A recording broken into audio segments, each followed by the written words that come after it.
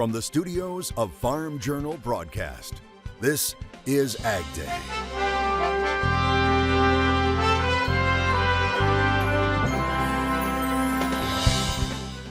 Shaking the trees, we go in search of the perfect pecans. The Mississippi River saw record low water levels last year.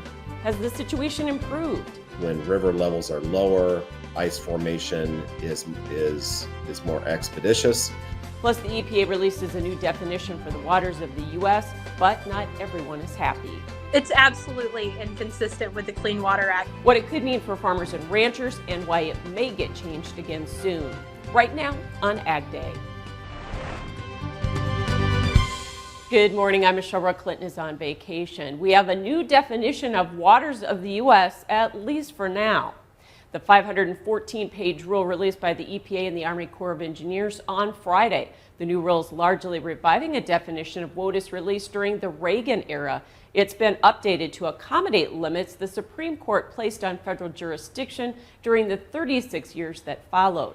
Now, the new rule would give federal protection to large waterways like interstate rivers and streams and wetlands that are adjacent to them. Wetlands could be considered adjacent if they are connected to those larger waterways with relatively permanent surface water connections, or if they have significant hydrological, ecological nexus to those protected tributaries.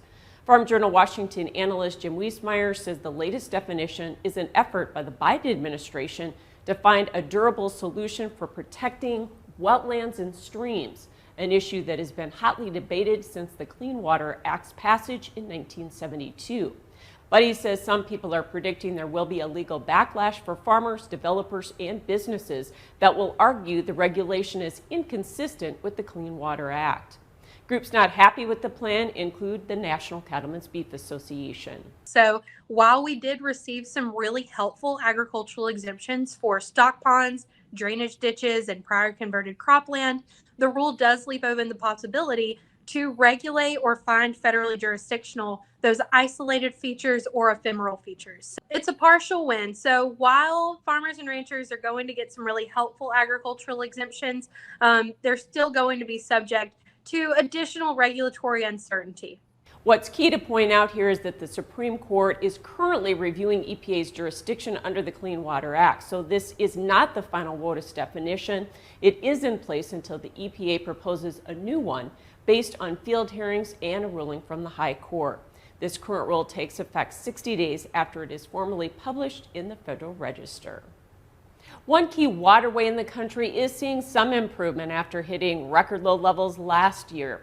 Water levels and navigation conditions on the lower Mississippi River from around St. Louis south have improved from October's historically low mark.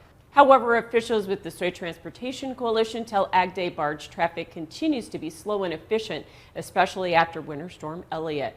Barge restrictions are still in place of a maximum of 20 barges per tow. When river levels are lower, ice formation is more expeditious. And then we have even a slower current due to low water conditions that makes ice formation more quick as well. And that's obviously impacted barge transportation, reducing the size of the number of tows, the number of barges that can comprise one particular tow. Steenhoek says they're hopeful the recent precipitation and the warm weather will help return river shipments to normalcy. This time of year, though, much of the inland waterway system is closed for the winter, and that includes areas north of Quincy, Illinois on the Mississippi River. But areas farther south are seeing some improvement. And just as a comparison, in late October, the river gauge at Memphis was almost at a negative 11, negative 10.81. And now it's at a positive 0.72, so just slightly above the zero river gauge. Steenhoek says the Illinois River is also seeing higher water levels than this fall. However, USDA reports that barge traffic on the inland waterways system is down 11% for 2022 compared to the previous year and is 6% lower than the 3-year average. All that drought and dryness and the problems it brought created quite a display on the root zone moisture map last year. We put together a timeline of all of those maps. You can see that dryness really started to develop in areas along the Mississippi River in mid to late October, whereas other places didn't see much moisture all year long. Make sure to check out the timeline on AgDay's Facebook page. And more moisture is on the way, with winter returning this week to welcome in the new year. Meteorologist Andrew Whitmire joins us with a look ahead. And as we have now crossed over into January as well as the new year, many folks asking, okay, when is the bitter cold going to show back up again? It was around much of the country across the Christmas holiday weekend. But as we take a look at the polar vortex, we're going to see chunks of energy going towards Siberia, not towards North America. So as we look at the temperature map here for January, we're going to be looking at temperatures at or just above average here, likely throughout at least the first half of the month. And unless we can get chunks of that breaking off and heading towards North America, we're going to stay kind of on the milder side here of a winter's wrath here. But that does not mean that we are done with winter just yet. Again, we'll be watching for little breaks and pieces of that to come on into play here as we go throughout the next several weeks. And regardless of that, we're not done with the snow just yet. And we'll be watching several waves of systems that will likely be developing here towards the second half of the month. And one already brewing here on this Tuesday. Again, we continue to watch this Colorado low that's going to cause winter impacts to the north, as well as potentially a severe weather outbreak to parts of the south. And this photo coming in from McBain, Michigan. And Kevin showing this photo. This is in the part of the northern part of the state. A grain cart having a bit of an issue there as they continue to combine corn. Now, why so late? They say the corn didn't have enough GDUs to dry down. And they say it still isn't dry. Up more on your AgDay forecast coming up. President Biden capping off 2022 by signing the massive $1.7 trillion funding bill into law last week. For agriculture, the legislation features $3.7 billion in farm disaster aid, almost $2 billion for farm programs, and makes permanent the summer food stamp program. Now, there's also funding for food aid for the Army Corps of Engineers to make emergency repairs and navigation improvements, and money for ag research. The bill also keeps the federal government operating through the end of the fiscal year in September. The bill also provides military assistance for Ukraine. It comes as Russian military forces continue to target Ukraine's electrical and power infrastructure. As a result, millions in the war-torn nation remain without power. One crop and dairy farmer there says the loss of power isn't just an issue for farmers in the country, but also for the businesses they rely on to supply inputs. We have a few very big nitrogen fertilizer plants in Ukraine, and they can't work now because they don't have the electricity, and gas obviously also comes from Russia. He says much of the damage to Ukrainian farms is along the front lines and around the Black Sea. Their farms have been bombed, dairy farms have been bombed, and those guys are not farming anymore, of course. It's too dangerous there, or their fields are still mined. Ukraine lost like 25% of its arable surface to the war. Despite the war, Ukrainian farmers continue to produce grain that is being moved out of the country. The Black Sea Grain Initiative reporting 1.2 million metric tons of grain departed Ukraine ports during the week of Christmas. That was double the previous week's volume and included 6 corn cargoes bound for China.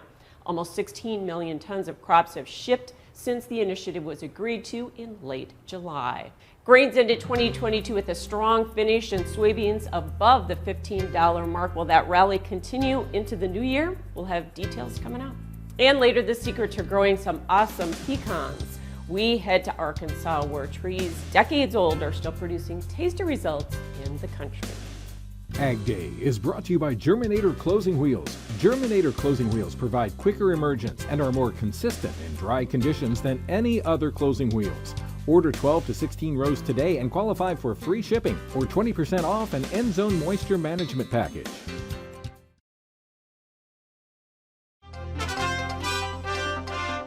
Markets closed out the week mostly higher in the grains except for corn, while we were mostly lower over in the livestock. John Payne is joining us. And John, grains, a nice finish to the year, soybeans above the $15 mark. As we start a new year, what keeps us going? Is it South American weather, or what are we going to focus on? Yeah, I think it's the South American weather story, and that specifically will lean into soybeans here. You know, crush margins are record high for the end of the year. They would have had one of the best years of anyone. So when you run to breakout commodities as far as performance goes, really the soybean crush is what did the best of anything. And so those folks who do crush beans, they're going to need a higher price to not crush, meaning to take their margins red. In 2012, and did a little work on this morning. In 2012, we ran up. This is from June 6th. So it was June 6th of 2012. We were trading about $12.50 on the bean contract. By September 6th of 2012, we were trading 17.5. 17.5 took margins to zero. It was like the only time on the CME charts that we've seen them at zero. Okay. And now going into this year, we're almost kind of approaching that level. Not quite 17, but 15, and crush margins are record. So to get to that level, to get these folks to slow down a little bit, I'm not calling for $20 soybeans, but that's kind of what it would take in the equivalence of the 2012 example. Gotcha. So money flow by the funds and also Yes. the big WASDE report coming up in January be another couple key things, right? Yeah, January 12th. So put it in your calendar. We get a quarterly grain stocks number every year. On 3 of them, they come at the end of the quarter. On the January or the December, and moves it into January and shares it with the WASDE. So we can get a lot of moving parts within the grain stocks numbers that can come out from one agency within the USDA. And then on the other side, you get WASDE, a different agency within USDA, creates its own number. So we can get a lot of confusion here, mix in some South American surprises, and all of a sudden, beans can get tight here, especially, we kind of continue to lean on the China reopen story, but demand for soybeans is the key to all of this, especially if supply is going to tight. Right. Demand is there. Yeah, and demand's going to be key for all of these grains going in 2023. Thanks so much for joining us, John Payne, and that is our markets. We have more AgDay coming up. To find John's newsletter, This Week in Grain and Oilseeds, head over to www.thisweekingrain.com.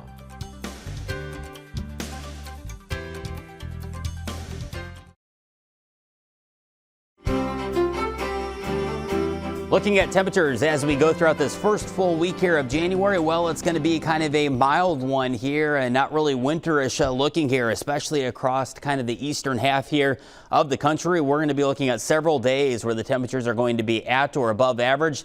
In fact, we could be looking at some record-breaking temperatures across the Midwest and Great Lakes states here earlier on this week. Let's walk you through the precipitation here for this new year, at least for this first full week here of January. And we're going to be watching kind of a Colorado low developing, and that's going to bring with it waves of ongoing showers here earlier on this week across the eastern half here of the country. Meanwhile, the western half continues to kind of be under the influence of an atmospheric river as the jet stream is going to hang out right over parts of the Pacific Northwest, and that's going to bring with it several chances for rain for the west coast. Looking at the root zone map here, again, we continue to highlight this red shaded area down across eastern Colorado as well as kind of western Kansas there. We're going to be needing precipitation from this area, and it does look like with that the strengthening Colorado low that we will see waves of precipitation at least earlier on this week coming into play. Meanwhile, out west where you see these reds here, they're going to be slightly disappearing in spots as we're going to be, again, dealing with waves of precipitation here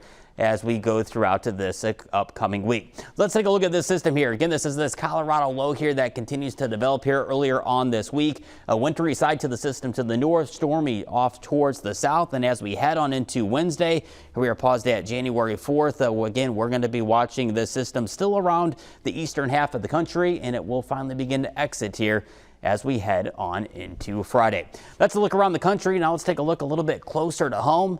New Concord, Iowa. Rain showers at times, high 62 degrees, low 45. And as we go on over to Duluth, Minnesota, rain and pockets of heavy snow, high 34 degrees. Going over to Grandview, Idaho, mostly cloudy, isolated snow shower.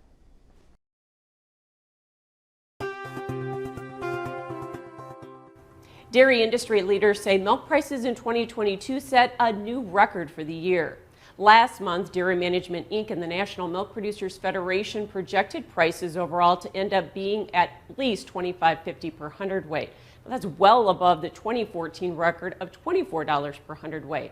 They report commercial use of milk here at home and all dairy products continued to strengthen from August to October, providing some support for prices even as production increased. Meanwhile, total U.S. dairy exports exceeded the equivalent of 18% of U.S. milk solids each month since February last year. They also report the dairy margin coverage payment trigger level may dip back below $9.50 per hundredweight and likely will remain below that level well into this year. The American Farm Bureau Federation is laying out a series of recommendations for dairy policy reform. It put together a Farm Bureau Dairy Working Group to come up with a plan.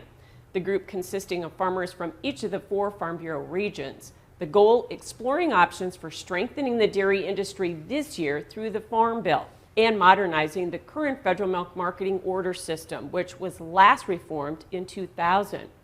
Priorities for order reform include a return to Class 1 mover to a higher of formula, along with increasing Class 1 differentials. The group also calling for simplifying milk checks. As for other priorities, they want to see an increase in catastrophic margin levels within the Dairy Margin Coverage Program and a change to dietary guidelines to include whole milk and full-fat dairy products. Still ahead, we're shaking some trees. We head to Arkansas for the pecan harvest in the country.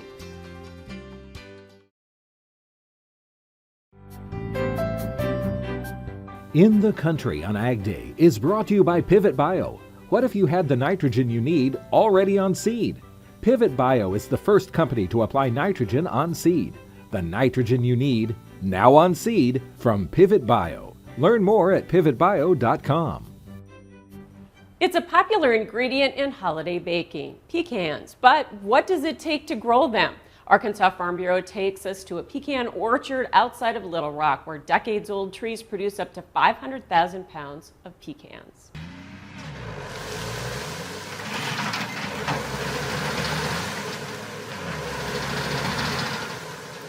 "375 acres, 10 trees per acre, 3,700 or so trees. Now, over the years, we've had a lot of attrition. You can see there are gaps in the orchard, lost trees and stuff. Typically, we don't replant those. A lot of our orchards are already verging on overcrowded. I mean, there's part of me that would like to thin them out probably so they get more sunlight. And we probably, in a good year, maybe produce like 400,000 pounds of pecans, I think, maybe, I don't know, about 5, maybe. My wife's grandfather in the 60s decided, I guess he wanted to plant some pecan trees. He took some cotton ground out of production and planted, several hundred acres of pecan trees. So all these trees were planted, every year. We put out fertilizer. I've got a guy that mows all year round. We pick up branches all summer long. Then, this time of year we go into the orchards and, we try and have everything mowed down and kind of cleaned up before we start picking up pecans. Then we, shake the trees with a shaker, and, we come up around with a harvester and pick them up. It works with like little fingers, you don't, in the old days, I guess they would pay people like per pound to pick up pecans. So before we even had harvesters, like I think in the 60s, probably early 70s. But now it's all mechanized as far as, the harvesting goes. And then we clean them, and some of them we crack and some of them we send off wholesale. There's a lot of handwork involved in it. I've got a guy that we pay that all he does is drive around with a little dump trailer and a tractor and pick up branches all summer long. So that's a big thing. Disease pressure is a big problem, I would say. I mean, stink bugs. I mean, it's like, they're terrible. So we spray starting in August, every couple of weeks, we spray for stink bugs as they move off of other crops like corn and beans and stuff like that. So they leave little black spots all over the pecans. And so in extreme cases, I mean, you'll have like little black stink bug spots that are kind of bitter tasting all over the pecan. Pecan trees are, I guess, notorious for being alternate bearing. And by that mean, they'll have like an on year and then an off year.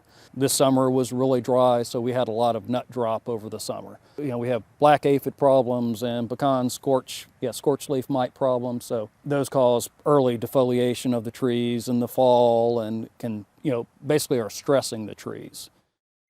It would be a challenge to like go and buy farmland and put a pecan orchard on it and make it go like on a large scale. Just, because you've got a lot of time until it's in production.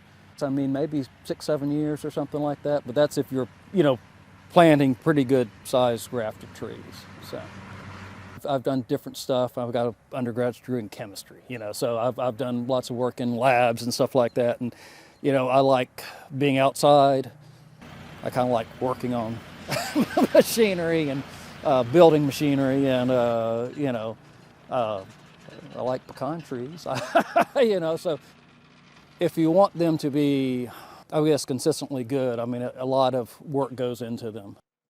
It's kind of a nice thing, like actually like producing something or making something. I mean growing something that people can use and eat, and I mean that's awesome. And we thank the Arkansas Farm Bureau for that great story. Well, that's all the time we have for this morning. For all of us here at the AgDay team, have yourself a great day.